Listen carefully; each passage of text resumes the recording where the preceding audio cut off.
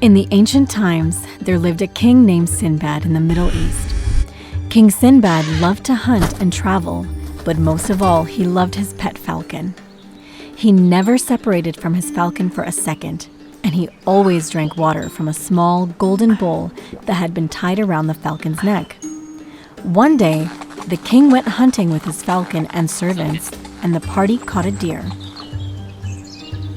The king ordered his men to surround the prey, and if anyone were to let the deer run, then they would have to yield to a fate of death. The king had thought his prey a weak and mindless animal, but he was gravely mistaken. The deer ran towards the king and with a mighty leap escaped the king's clutch. It took a few moments for the consequences of the deer's escape to dawn upon the king.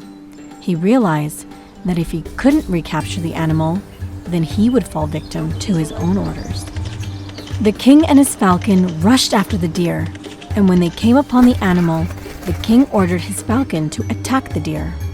With its help, the animal fell victim, and soon its head was hung from the king's horse as a sign of victory. However, the hunt had taken its toll on the king's body, and he began to feel parched. Seeking refuge in the shadows of a tree, he saw drops of water dripping down its leaves. As if having found an oasis in the middle of a desert, he quickly grabbed his golden bowl from the falcon's neck and proceeded to drink the drops of water. However, the falcon flapped its wings, causing water to spill from the bowl. The king, believing that perhaps his falcon was thirsty as well, filled the bowl once more and put it next to the bird, only for the previous scenario to repeat.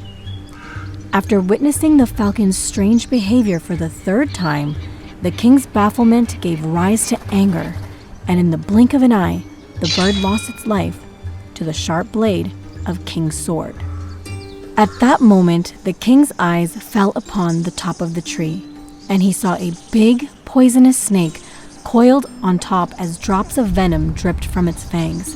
Realizing his grave mistake, an immense feeling of regret washed over the king, but it was already too late. Back in the Greek king's court in the previous episode, the minister shook his head as he listened to the king recite this story. He told the king that he feared for his life, just as the deceitful minister had to face his death when he decided to deceive the king's son. He began to tell the Greek king about this story, but that one is reserved for another day.